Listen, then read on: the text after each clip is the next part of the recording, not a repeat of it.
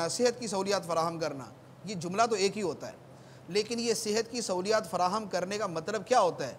इसका मतलब ये होता है कि जाली दवाइयाँ हम ख़त्म करेंगे, हम सही दवाइयाँ लोगों को देना शुरू करेंगे, हम अपने मुल्क के अंदर मेडिसन की अच्छी फैक्ट्रियाँ लगाएंगे, हम अच्छे हॉस्पिटल कायम करेंगे, हम अच्छे मेडिकल कॉलेज जो है वो बनाएंगे, हम अच्छे प्रोफेसर हायर करेंगे, हम अच्छे डॉक्टर पैदा करेंगे, हम दुनिया भर से इलाज की सहूलियात मंगवाएंगे, हम अरबों खरबों रुपए की जो टेक्नोलॉजी और मशीनें हैं वो वहाँ यहाँ पर मंगवाएंगे, हम कैंसर से लेकर सर दर्द तक के जुमला अमराज के लिए अपने मुल्क के अवाम को वो तमाम सहूलतें फ़राहम करेंगे कि ये नहीं होगा कि इसको ये मरद है तो इसका इलाज अमेरिका में होगा, ये मरद है तो बरतानिया में होगा, ये मरद है तो इंडिया के अंदर इसका इलाज होगा। हम अपने मुल्क के अंदर सेहत की हर सहूलत फ़राहम करेंगे। तो लफ्ज़ एक है, सेहत, हम सेहत का शोबा बेहतर बनाएंगे, लेकिन उस एक जुमले के नीचे जो वुसअत है वो बहुत ज़्यादा होती है। अमन व अमान का लफ्ज़ है, उसकी जो वुसअत है आप देखें ना, अमन व अमान के अंदर क्या क्या चीज़ें आ जाती, उसमें चोरों का रोकना भी है, उसमें डकैतों का रोकना भी, उसमें बत्ताखोरों का रोकना भी है, उसमें ताजरों को तहफ़्फ़ुज़ देना भी है, उसमें डॉक्टरों को तहफ़्फ़ुज़ देना भी है, उसमें राह चलते मोबाइल जिनके छिन जाते हैं वो भी आ जाते हैं, उसमें जो लुट जाते हैं वो भी आ जाते हैं, उन जो लोगों को जो करप्शन रिश्वत के ज़रिए लोग लेते हैं वो भी उसके अंदर आ जाते हैं। तो अमन व अमान की सूरत हाल का लफ्ज़ बड़ा वसी है, उसमें फ़ौज भी दाखिल है, उसमें पुलिस भी दाखिल है, उसमें रेंजर भी दाखिल है, उसमें तमाम सलामती के इदारे शामिल हैं। लफ्ज़ एक है, माना बहुत वसी है। ला इलाहा इल्लल्लाह तो वो है कि जिसके सामने दीगर अल्फाज की वसअत को माना ही नहीं रखती। ये तो वो है कि जिसको अल्लाह ताला ने जब फरमा दिया कि अस्लुहा साबित व फरउहा फिस्समा, कि जिसकी वसअत का ये आलम है कि उसकी जड़ तो ज़मीन के अंदर है लेकिन इसकी शाखें आसमानों को पहुँची हुई हैं। तो ये इस लफ्ज़ की वसअत है। अब उसमें क्या आ जाएगा? उसमें इस्लामी रियासत के जुमला खद्दो-ख़ान, उसमें एक इस्लामी रियासत कैसी होनी चाहिए, एक इस्लामी रियासत का हुक्मरान कैसा होना चाहिए, एक इस्लामी रियासत में रहने वाले लोगों के हुकूक क्या होते हैं, लोगों को क्या चीज़ फ़राहम की जाती है, उनकी ज़िंदगी, उनका जो है उनका जवान, उनका बच्चा, उनका बूढ़ा, उसको किस उम्र में किस सहूलत की हाजत है वो उसको प्रोवाइड की जाती है, उनकी इस्लामी तरबियत होती है, दुनियावी तालीम उनकी बेहतर से बेहतरीन उनकी होती है, ये तमाम की तमाम चीज़ें इसके अंदर आ जाती हैं। तो अब वही है कि हमारे यहाँ वो ला इलाहा इल्लल्लाह का वही है कि पैबंद लगा हुआ है हमारे टाट के लिबास के अंदर कि हमारे यहाँ जो इसका पूरा मतलब है उसका उश्रे अशीर यानी 100वां हिस्सा, उस 100वें का भी अगर 100वां बना लिया जाए तो शायद हमारे यहाँ वो पूरी तरह मौजूद नहीं है उसका। तो अब ये है कि काश के ये नारा जिन्होंने लगाया या जिन लोगों ने इनकी खातिर कुर्बानी, जो लोग ये कुर्बानी देते थे, पाकिस्तान का मतलब क्या, ला इलाहा इल्लल्लाह, वो बर्ची मार के मार दिया उसको जो है वो नेज़ा मार के मार दिया, उसको छुरा मार के मार दिया। उनकी ट्रेनें जो है वो लाशों की भरी जो है वो पाकिस्तान आई, जो बेचारे पैदल चलते हुए वो सैकड़ों मील का फासला तय करके पैदल जंगलों, दरियाओं, पहाड़ों को अबूर करते हुए गुजरे, जो रास्ते के अंदर भूख और प्यास से मर गए, जो रास्ते जिनके बच्चे जो है वो नेज़ों के ऊपर उछाले गए, ये जो लाखों लोगों ने कुर्बानी दी, 48 लाख लोगों ने जो हिजरत की, दुनिया की तारीख की सबसे बड़ी हिजरत, दुनिया की तारीख की सबसे बड़ी हिजरत जो है ये पाकिस्तान जब वजूद में आया उस वक्त की गई कि 48 लाख लोगों ने हिजरत की। तो ये लोग जो लाखों लोगों को मरवा के आए, जो इतनी तकलीफ़ें बर्दाश्त करके आए, वो इस करप्शन के लिए आए, वो इस चोरी डकैती के लिए आए, वो इस बत्ताखोरी के लिए यहाँ पर आए, वो सेहत की तबाही के लिए यहाँ पर आए, वो अमन व अमान की इस सूरत हाल के लिए यहाँ पर आए। ये इन चीज़ों के लिए नहीं आए थे, वो एक ही मकसद के लिए आए थे कि हमने इस्लाम के नाम पर ये मुल्क हासिल किया है, इस्लाम के नाम पर हम एक इस्लामी मुल्क में जा रहे हैं जहाँ इस्लाम का बोल बाला होगा, जहाँ इस्लाम की बाला दस्ती होगी, जहाँ इस्लाम के अहकाम के मुताबिक हुक्मरान भी होंगे, अवाम भी होंगे, अफसर भी होगा, मातहत भी होगा, जहाँ पर लोगों को इस्लाम की तालीमात का अपनी आँखों से मुशाहदा नज़र आएगा कि इस्लामी रियासत वो होती है जिसमें रिश्वत नहीं होगी, जिसमें चोरी नहीं होगी, जिसमें डकैती नहीं होगी, जिसमें बत्ताखोरी नहीं होगी, जिसमें अमन व अमान मिलेगा, जिसमें सेहत मिलेगी, जिसमें बूढ़ों की इज़्ज़त होगी, जिसमें बच्चों की सही तरबियत होगी, जिसमें लोगों को अदल व इंसाफ दिया जाएगा, उनको जल्द इंसाफ दिया जाएगा। ये नहीं है कि 40 साल मुकदमा चल रहा है, वो दादा फौत हो गया तो बेटा चला रहा, बेटा फौत हो गया तो उसका बेटा चला रहा, पोते के ज़माने में जाके भी उसका फैसला नहीं होता, नस्लों की नस्लें तबाह हो जाती हैं, आपस के अंदर लड़ मर के एक दूसरे को मार मार के अदल इंसाफ लिया जा रहा होता है। तो ये इस तरह के पाकिस्तान के लिए कुर्बानियाँ देकर नहीं आया। अगर ऐसा ही था तो फिर तो लोग अपनी अपनी जगह पर ही सही थे, ज़िंदगी तो गुजार ही रहते। लोगों को जो मौजूदा हालात के अंदर जो उनके सामने हैं तो ये तो हमेशा से चलता आ रहा है, और भी गैर मुस्लिम ममालिक के अंदर मुसलमान तो रह ही रहे और बहुत सारे तो अच्छी हालत के अंदर रह रहे। तो ये मुल्क जो हासिल किया गया, जिसके लीडर्स जो दुनियावी शक्लो सूरत वाले थे या मजहबी शक्लो सूरत वाले थे, सबका नारा एक ही था, हमने पाकिस्तान को इस्लाम की तजर्बागाह बनाना है। पाकिस्तान का कानून जो है वो कुरान और सुन्नत के मुताबिक होगा। पाकिस्तान के अंदर इस्लामी अहकाम का निफाज होगा। पाकिस्तान के अंदर सूद नहीं होगा। ये 1948 के अंदर पाकिस्तान बनने के बाद बानी पाकिस्तान की जो बुनियादी उनकी तकारीर हैं, उनके अंदर ये जुमले मौजूद हैं कि पाकिस्तान की मईशत का दारोमदार सूद पर नहीं होगा। उस इब्तिदाई जो है वो ज़माने उनके हालात के अंदर मौजूद है कि मेस के अंदर जो फ़ौज का इंतज़ाम होता था, तो अंग्रेज़ों के ज़माने से शराब चलती आ रही थी। उन्होंने सबसे पहले इसके ऊपर पाबंदी लगाई कि शराब जो है वो मेस के अंदर नहीं जो है वो प्रोवाइड की जाएगी। तो ये जो बुनियादी चीज़ें थी जो उनकी तकारीर के अंदर जो बानियाना ने पाकिस्तान है। अच्छा, फिर ये इसके साथ अब उससे थोड़ा सा पीछे चले जाएं, जिनका नाम बानी पाकिस्तान में भी आता है, मुफक्किर पाकिस्तान के तौर पर भी आता है और शायर मशरिक़ के तौर पर भी आता है, हकीमुल उम्मत भी उनको कहा जाता है, अल्लामा इकबाल। अब उनकी तरह शायरी को देखें, और शायरी का वो ज़माना है कि जब उनकी सोच एक नहज पे जाके मुस्तहकम हो चुकी थी। उससे पहले तो उसमें भी बहुत सारी तब्दीलियाँ आती रही, लेकिन जो आखिरी ज़माने के उनके अशार हैं, ज़रा उसका मुताला करें। किताबें मौजूद हैं, मफकूद नहीं हैं, छपी हुई हैं, छुपी हुई नहीं हैं। उनको ज़रा देखा जाए कि उनके अंदर वो कहते क्या हैं, वो लिखते क्या हैं।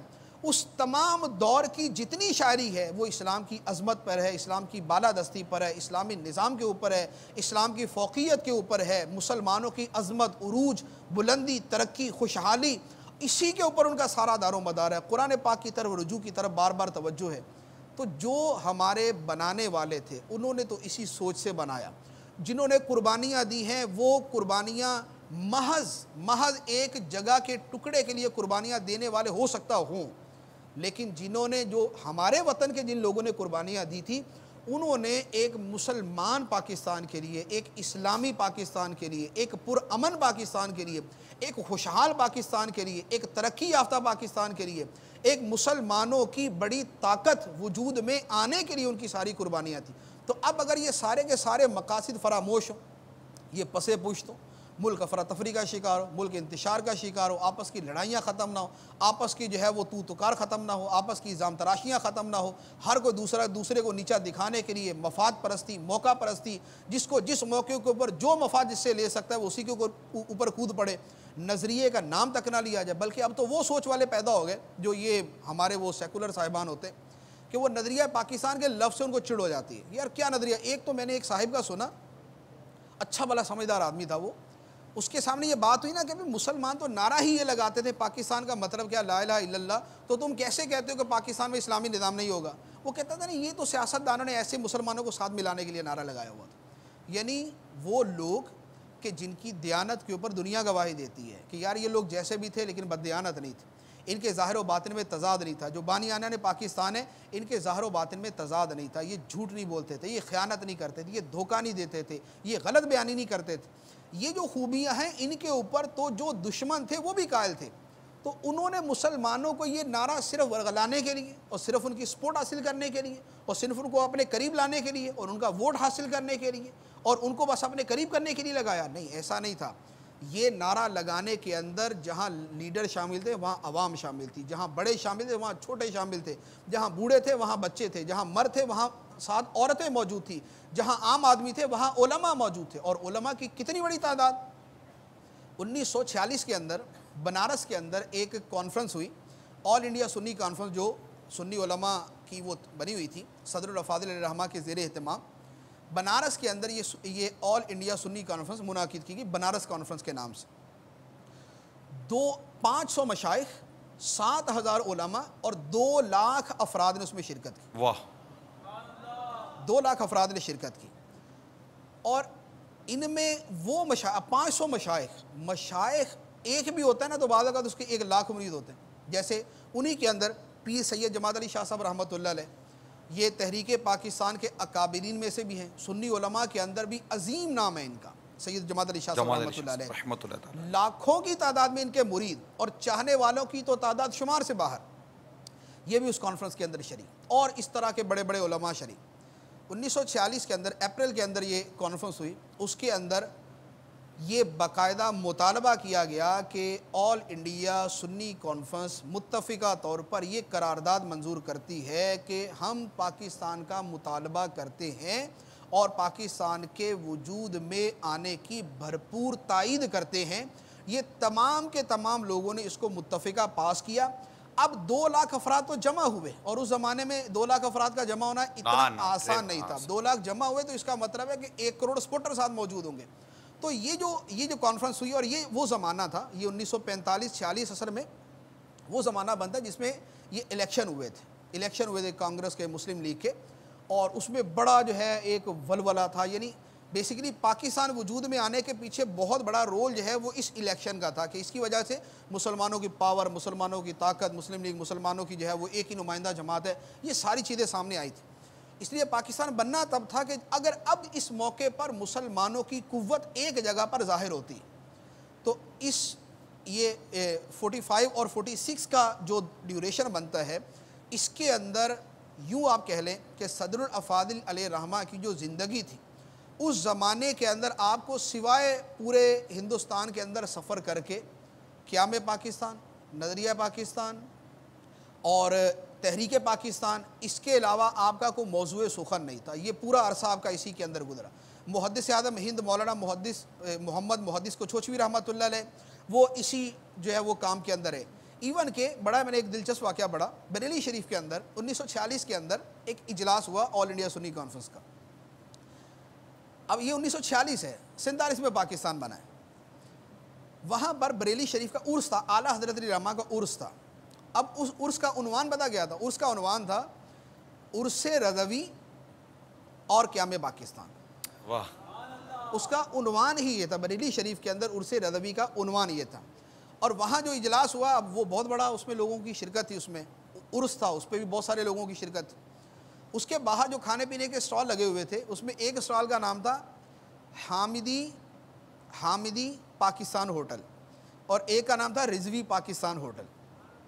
खाने के जो स्टॉल थे वो भी पाकिस्तान के नाम पर बनना शुरू हो गए 1946 के अंदर, बरेली शरीफ के अंदर, ऑल इंडिया सुन्नी कॉन्फ्रेंस के इजलासों के अंदर। और उस उर्स के मौके पर, आला हज़रत के उर्स के मौके पर हमेशा पूरे हिंदुस्तान से उलमा जमा होते हैं। वहाँ जो उलमा जमा हुए उनमें कौन थे? सदरुल शरिया मौलाना अमजद अली आज़मी रहमतुल्लाह अलैह, मुफ्ती आज़म हिंद अली रहमा, सदरुल अफ़ाज़िल मौलाना नईमुद्दीन मुरादाबादी रहमतुल्लाह अलैह, मुहद्दिस आज़म पाकिस्तान मौलाना सरदार साहब रहमतुल्लाह अलैह, और इस तरह के तकरीबन 30 उलमा, बड़े बड़े जो अकाबिरीन अहले सुन्नत, इन्होंने उस अपने उर्स के आखिर के अंदर बाकायदा एक फ़तवा शाये किया, और वो उस फतवे के अंदर बाकायदा क़याम पाकिस्तान की पुरज़ोर हिमायत और तायीद की गई, और मुस्लिम लीग की हिमायत की भरपूर जो है वो तायीद की गई। और ये 1946 के अंदर बरेली शरीफ के अंदर हो रहा है। फिर उसके बाद अजमेर शरीफ के अंदर एक जो है वो जलसा हुआ, उसके अंदर 1 लाख अफराद की शिरकत थी। बनारस के अंदर 2 लाख अफराद की शिरकत थी, मशाइख थे, उलमा थे। तो पाकिस्तान जो वजूद में आया है, ये अवाम की कोशिशों से आया, अवाम की कोशिश। और अवाम जो है वो को दुनिया के किसी जुदागाना कोने गोशे में नहीं रहती। अवाम वही थी जो मशाइख से मरबूत थी, जो उलमा से मरबूत थी, उलमा के पीछे थी, मशाइख के पीछे थी। अब जो मशाइख अपनी खानकाहों में बता रहे, जो उलमा अपनी मस्जिदों के अंदर बता रहे, तो लोगों का जहन वो बन रहा था। और लोगों का वो जहन और वो माइंड सेट इन्हीं मशाइख अहले सुन्नत और उलमा अहले सुन्नत के ज़रिए बना। और दूसरी तरफ सियासी जो एक ताकत थी वो भी अपना असर और रसूख इस्तेमाल कर रही थी। उसका मजमुआ ये हुआ कि जिसके नतीजे में अल्हम्दुलिल्लाह के पाकिस्तान वजूद में आया। पाकिस्तान का मतलब क्या? कौन हमारा रहनुमा? पाकिस्तान का मतलब क्या? ला इलाहा इल्लल्लाह। पाकिस्तान का मतलब क्या? ला इलाहा इल्लल्लाह। पाकिस्तान का मतलब क्या? ला इलाहा इल्लल्लाह। कौन हमारे रहनुमा? कौन हमारे रहनुमा? मोहम्मदुर रसूलुल्लाह। पाकिस्तान का मतलब क्या? ला इलाहा इल्लल्लाह। सल्लु अलल हबीब। माशाल्लाह कितनी मालूमात हासिल हुई कि किस तरह हमारे उलमा अहले सुन्नत ने इस तहरीक पाकिस्तान को परवान चढ़ाया। बल्कि वहीं से एक तहरीक चली और फिर चलते चलते चलते चलते आज अल्हम्दुलिल्लाह हम एक आज़ाद मुल्क में आज़ादी के साथ सांस ले रहे हैं। और अल्लाह ताला हमारे इस वतन अज़ीज़ इस नेमत को सलामत रखे और हमें इसकी तामीर और तरक्की में हिस्सा लेने की तौफीक अता फ़रमाए। और हम में से अगर कोई भी रिश्वत देता है या रिश्वत लेता है, उसे चाहिए कि वो छोड़ दे। सूद लेता है या सूद देता है, उसको चाहिए कि वो छोड़ दे।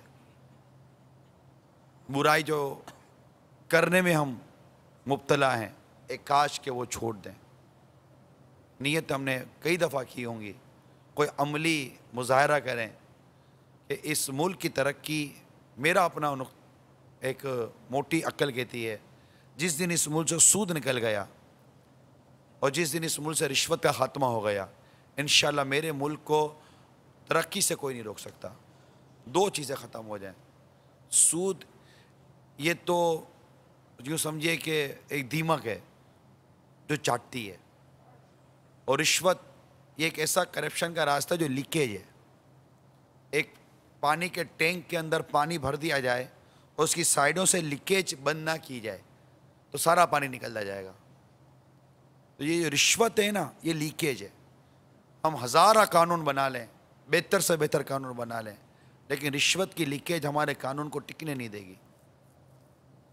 अगर ये रिश्वत बंद हो जाए ना, किसी सूरत रिश्वत बंद हो जाए, कोई ऐसा शरीयत के मुताबिक सख्त कानून आ जाए कि रिश्वत लेने वाला देने वाला थर्रा जाए, फिर जुल्म भी ना हो ना, ज़्यादती भी ना हो ना, फाइलें भी ना रोकी जाए ना, और जो गलत फाइल पास करवाना चाहते उसकी फाइल भी पास ना हो, कुछ भी ना हो, इस पर बायलॉज काम हो, ड्राइविंग का लाइसेंस भी इशू ना हो जब तक कि वो ट्रेनिंग ना, वो तरबियत ना ले ले, कुछ भी ना हो, हर चीज़ कानून और उसूल के मुताबिक हो।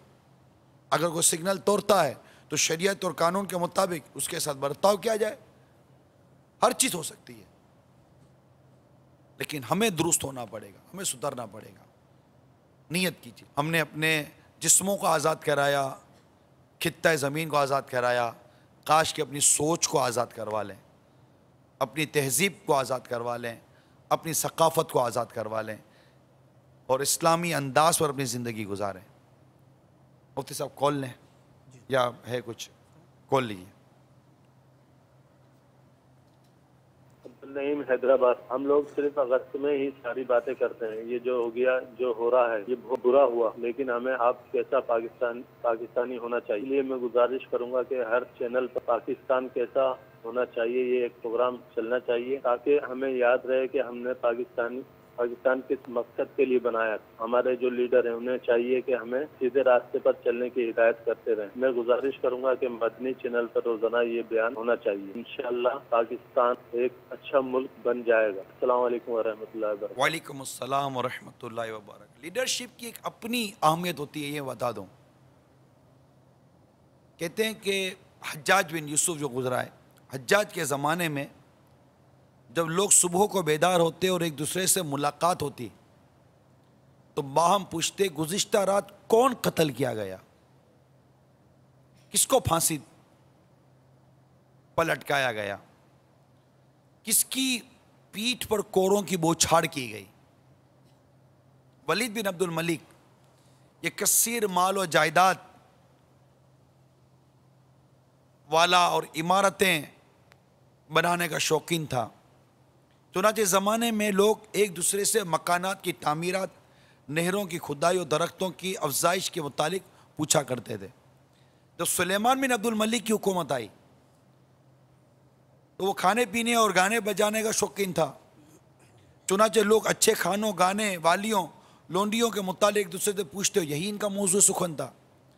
मगर जब मेरे आका सैयदना उमर बिन अब्दुल अजीज़ रज़ियल्लाहु ताला अन्हु की खिलाफत आई तो लोगों की आपस की जो गुफ्तगू थी ना, वो इस किस्म की थी। कुरान कितना याद किया, हर रात कितने विर्द करते हो, रात को कितने नवाफिल पढ़े, फला आदमी ने कितना कुरान याद किया, फला शख्स महीने में कितने दिन के रोजे रखता है। कहते हैं कि लोग भी लुमूम अपने हुक्मरानों के तौर तरीके इख्तियार कर लेते हैं। जो लीडरशिप होती है ना, इसका एक अपना, जैसे आप हमारे अमीर अहले सुन्नत है, ठीक है, एक क़ियादत है ना, एक अमीर है। तो दावत इस्लामी में अमामे की तहरीक, जुल्फ़ों की तहरीक, रोज़े की तहरीक, सच की तहरीक, ग़ीबत से बचने की तहरीक, आपस में ये तहरीक है ना, कुरान सीखने सिखाने की तहरीक, नमाज पढ़ने पढ़ाने की तहरीक, ऊपर से जो डिस्कस हो रही है, ऊपर से जो बात हो रही है, क्योंकि पानी ऊपर से गिरता है ना, झरना ऊपर से बहता है, फिर ये नीचे सैराब करता है। तो जो हमारा मौजू तब्दील होना बहुत ज़रूरी है। नेकी, परहेज़गारी, नमाज, इबादत, ना सूद ना रिश्वत, ऐसी कोई चीज़ नहीं होनी चाहिए। नमाज की बात हो, रोज़े की बात हो, इबादत की बात हो, रियाजत की बात हो, सब मदीना मदीना हो जाए। एक काश तो ये जो दूसरे चैनल्स भी अल्लाह करे कि ये कुछ ये मदनी इल्तिजा पर कान धरें और हम सब का अगर अंदाज नेकी और परहेज़गारी वाला हो जाए, नेकी की दावत देने वाला हो जाए, और एक पाकिस्तान हकीकी मायनों में एक इस्लामी रियासत के तौर पर उभर कर सामने आ जाए, बच्चा बच्चा इसका नमाजी बने। दावत इस्लामी पाकिस्तान में नहीं, दुनिया भर में कोशिश कर रही है कि मुझे अपनी और सारी दुनिया के लोगों की इस्लाह की कोशिश करनी है। और हम गैर सियासी लोग हैं, हमारा सियासत से कोई ताल्लुक़ नहीं, सियासी तंजीम हमारे साथ है, ग्रुप हमारे साथ है, सब मतलब साथ चल रहे होते हैं, क्योंकि ये नेक बनाने की, परहेज़गार बनाने की एक तहरीक है। इसका ना इलेक्शन से ताल्लुक़, ना सियासत से ताल्लुक़, कुछ भी नहीं, नथिंग। ना मुल्क के दाखिली मामलात में दखल अंदाजी, ना किसी और मुल्क के दाखिली मामलात में दखल अंदाजी। हम नेकी की दावत देते हैं, चाहे वो कोई भी किसी भी शोबे का फ़र्द हो। हमारी दावत नेकी की दावत है, बुराई से रोकने की दावत है। हर कोई इस दावत को अपनी इस्लाह के लिए कबूल करे, इसको नेगेटिव ना ले। दुनिया भर में बसने वाले लोग इसको नेगेटिव ना लें कि ये एक तहरीक है जो मुसलमान को बाकिरदार और बावकार बनाने की तरकीब बना रही है, और इंशाअल्लाह हम कामयाब होंगे, इंशाअल्लाह कामयाब होंगे। अब हमारा साथ दीजिए, कॉल लीजिए। मदीनतुल औलिया मुल्तान शरीफ से अर्ज़ गुज़ार हूँ, निगरानी शुरा की खिदमत में एक हालिया जदीद तहकीक के हवाले से मदनी फूल की दरख्वास्त है कि हमारी एक यूनिवर्सिटी में हालिया तहकीक में ये इंकशाफात या कह लें कि हकीकत से पर्दा उठाया गया है कि हमारे मीडिया के ज़रिए पिछले चंद माह के अंदर जो सिलसिले दिखाए जाते हैं, ड्रामा वगैरह, जिस पर गुनाहों की भरमार के साथ साथ ऐसे अवामिल के बारे में एजुकेट किया जा रहा है और उनको मुसल्लत किया जा रहा है लोगों के जहनों पर, जो इंतहाई तकलीफ दे सूरत हाल है। मसलन बेहयाई और बेरंगी, गैर अज़दवाजी ताल्लुकात, माशरती मसाइल का वो रुख दिखाया जाता है कि जिससे नौजवान भटक सकते हैं। इस हवाले से निगरानी शुरा की बारगाह में अर्ज है कि मदनी चैनल के देखने वालों पर क्या जिम्मेदारी आयद होती है और इसकी दावत को आम करने के हवाले से कि लोग मीडिया के गलत तासुरात से बच सकें। अस्सलाम वालेकुम रहमतुल्लाहि व बरकातुहू। वालेकुम अस्सलाम व रहमतुल्लाहि व बरकातुहू। हम तो इब्तदाई अय्याम से इस बात की दावत दे रहे हैं कि गुनाहों भरे चैनल मत देखिए, लेकिन अब किसी के घर में घुसकर उसका गला दबाकर तो रोकने से रहे। वो बैठे हुए देख रहे हैं और ख़ुद अपने ही घर का, अपने ही घराने का, अपनी ही कौम का, अपनी नस्लों का खाना ख़राब कर रहे हैं। वो जो कुछ बुराई, बेहयाई और करप्शन को टीवी की स्क्रीन पर देख रहे हैं, उसको अपनी ज़िंदगी में इम्प्लीमेंट करने की कोशिश करते हैं। नतीजा आपके सामने है। तो सब मिलकर कोशिश करें, मदनी चैनल और सिर्फ मदनी चैनल। सल्लु अलल हबीब सल्लल्लाहु तआला। भाई साहब ने भी मदनी फूल दिए कि हमें भी मुल्क की तरक्की में कोशिश करनी चाहिए। अब यहाँ पर एक बाद वक़्त कन्फ्यूजन नज़र आती है लोगों में कि जब बज़ाहिर दुनियावी तौर पर तरक्की याफ्ता ममालिक को देखते हैं तो वो गैर मुस्लिमों के नज़र आते हैं। तो अब एक फितरी बात है कि जैसे आपने एक मयार बनाया कि भाई ये मुझे यहाँ तक पहुँचना है, वहाँ तक जो पहुँचा हुआ होगा ज़ाहिरी तौर पर, तो मैं भी वही रास्ता इख्तियार करने की कोशिश करूँगा। तो हमारे मयार में गलती है या हमारी सोच में गलती है, इसको कैसे डिफ़ाइन करेंगे? कि हम भी चाहते हैं कि तरक्की हो जाए, अमन हो जाए, करप्शन का ख़ात्मा हो जाए, रिश्वत ना हो, तो जो बज़ाहिर तरक्की याफ्ता ममालिक हैं उनमें नहीं है, ऐसा नहीं है, लेकिन मजमूई तौर पर कम हैं। तो अब जब हमारी कौम तरक्की करने के लिए जाती है तो वो जिस हदफ पर पहुँचे हुए हैं हमने भी वहाँ पहुँचना है। तो अब वो जो रास्ता इख्तियार करते हैं वो फिर ज़ाहिर है कि इस्लाम के ख़िलाफ़ है। इसके बारे में अब क्या फरमाएंगे? देखिए, होता ये है कि जब हम किसी को कॉपी करते हैं